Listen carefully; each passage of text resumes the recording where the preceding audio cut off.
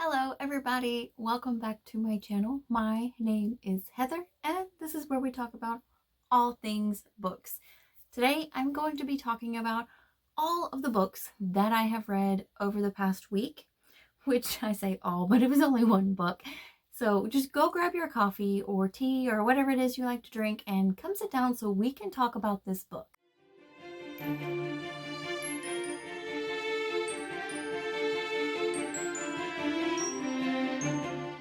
Today's book I enjoyed this book so much. I didn't want to stop reading it at all.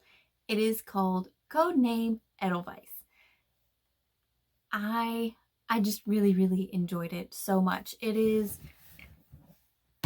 a spy book that I was talking about in my November TBR.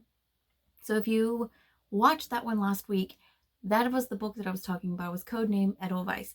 And I'm just gonna say it was done very well, and oh my gosh, I just enjoyed it so much. Okay, enough rambling, let's get into it. This book is about a young woman named Liesel. She works at MGM as a secretary, and she is eventually fired from there and has to find a job. She is a single mom. Her husband, from what it says, left her, and she has her two children, her young children, to take care of, as well as her own mother and brother.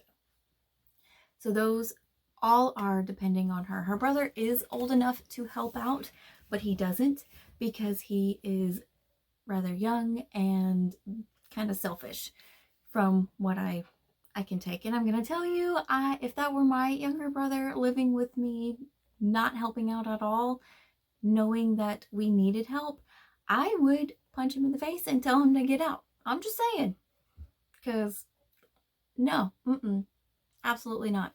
I would tell him to either help out or get out. So there's that. Anyway, moving on from there, she's eventually fired from MGM, and the only way she finds another job is through a Jewish lawyer who is looking to hire a spy to plant in the Nazi. Oh yeah, I forgot to say, this is during the World War II era, so there's Nazis in Hollywood, or trying to get into Hollywood. So you have this lawyer who is trying to hire her to become a spy, to spy on the Nazis in Hollywood. She is German herself, so she would definitely qualify. She has blonde hair and blue eyes and everything that screams the perfect German in the Nazis' eyes anyway. So that is the gist of the story, and we follow her through all of the adventures in there. And you also meet a young man who you don't really find out what his name is at first, so I'm not going to spoil it because it is, it doesn't reveal his name until later on, but he is another spy as well. That's not the secret. His name is the secret, so I'm not going to spoil his name, but he is a spy working for the same lawyer, and neither of them know about each other. They just know that there is another spy working for this lawyer. So with all of this going on, I am just going to say I have had so much fun reading this book. I was listening to it on audiobook because that's just what I've been into here recently. Yeah, so I am definitely going to be buying this book eventually. I am, because I do want to reread it just so I can sit down and read it. It's probably one of my favorite books right now. I liked it. I even enjoyed it more than When the Leaves Fall in Paris. I did. It surprised me so much. It is one of those books that I was just scrolling through my library app and came across it. I liked the description. I thought the description was interesting, and I thought the picture of the cover was pretty as well. So it caught my attention, and I was like, I kind of want to read this. So I favorited it and came back to it later, and it was just constantly pulling at me and nagging at me. And I finally decided to just read it or listen to it while I was baking cookies. And let me tell you, I was so surprised. The narrators for both of them, because they had a male one for the male spy and a female for the female lead, Liesel, it was so good. Both of them did so well, and I enjoyed it. I enjoyed it so good. It does have a dual point of view, obviously, because it has a male narrator and a female narrator, but that didn't bother me. I know I've been having a hard time with dual point of views because I get lost on who is who because they don't differentiate in the voices between the two characters, so I end up forgetting who is speaking. But I didn't have that problem here. The way they spoke and the way they acted were two completely different ways, and I was very easily able to tell the difference. Yes, it does help that it had a male and a female voice narrator for both of them, but still, I believe even if I was reading it, I would be able to easily differentiate because their voices are very different. But that is, I'm just going to say, it is probably one of my favorite books now of this year. It is definitely going on that list. I enjoyed this one so much. So if you know any more espionage type historical books out there, it doesn't have to have romance in it. This one did, but it was very, very minimal. And I mean, it just, there wasn't even any kissing. So, I mean, like I said, the romance was very, very minimal, but it still was such an enjoyable book. I'm telling you, I wish I would have just read it whenever I found it a few months ago, and I may have come out of my slump a lot earlier than what I am. Anyway, that is all that I have. That is all of my video, everything that I read over the past week.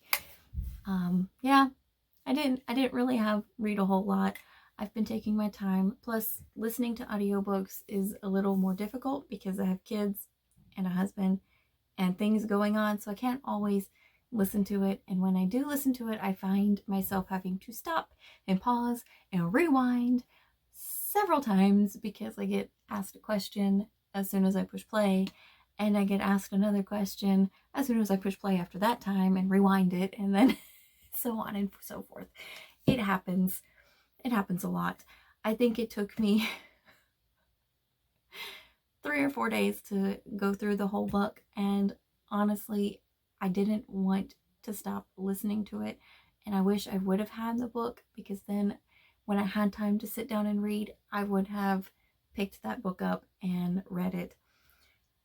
It just, it drew me in, and I'm telling you, I am figuring out that I am leaning more towards history or historical books and murder mystery books like Agatha Christie.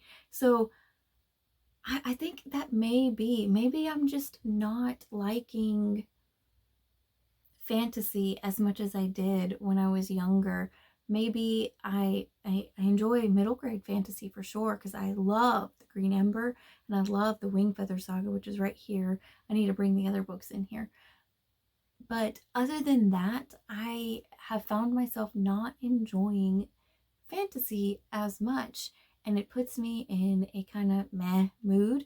So I think I may just be needing to stay away from fantasy for a while, or trying something else, because at least the popular stuff isn't really doing it for me. I did enjoy Mistborn, but I didn't, the end was just kind of very predictable for me, and between the first 2 books and then everything in those first 2 books repeating in the last book, it just, it didn't do it for me. The ending for me was kind of sad.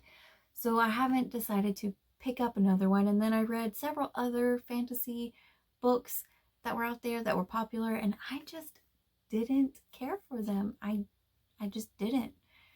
So I may just be moving away from fantasy and start going into the historical, mostly historical and murder mystery thriller type books, because I have found that I am enjoying those more. I also enjoy romance too, so I'm probably going to do that as long as I have closed door romances. But I'm definitely going to be moving and reading more historical romances over the past few, or over the next few months, I believe, because that's I have enjoyed both of the historical romances or historical books that I've read, even though they're both set in World War II. One of them was in Paris and one of them was in California. So they're two different settings, but about the same thing, trying to spy on the Nazis and, you know, get them out of power. Anyway, I am done rambling for today, and that is everything. So I hope you enjoyed it. Don't forget to like and subscribe, and I will see you all next time. Bye.